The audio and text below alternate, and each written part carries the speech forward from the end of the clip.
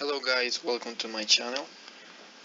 I hope you're doing great today. I'm going to start a series of videos of Promodel software as first approach to YouTube channel. I'm going to be explaining how to use a basic Promodel software for a student version and how to develop a very basic simulations of industrial processes and other matters concerning this industrial engineering area.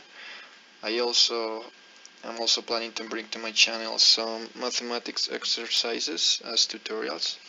So if you wanna keep an eye on my channel, you can subscribe or let me know what you would like to see on the comments. And everything is going to be in English. You may see some things in Spanish because I'm from South America, but I'm going to try to explain everything in English to cover a bigger audience. So the exercises are gonna be in English, but probably you're gonna see my computer with some things in Spanish. So like I said, I hope hearing from you. I'm going to start the series with the first Promodel exercise, which I think I'm gonna be doing it in 4 or 5 videos. So yeah, please let me know if you like it.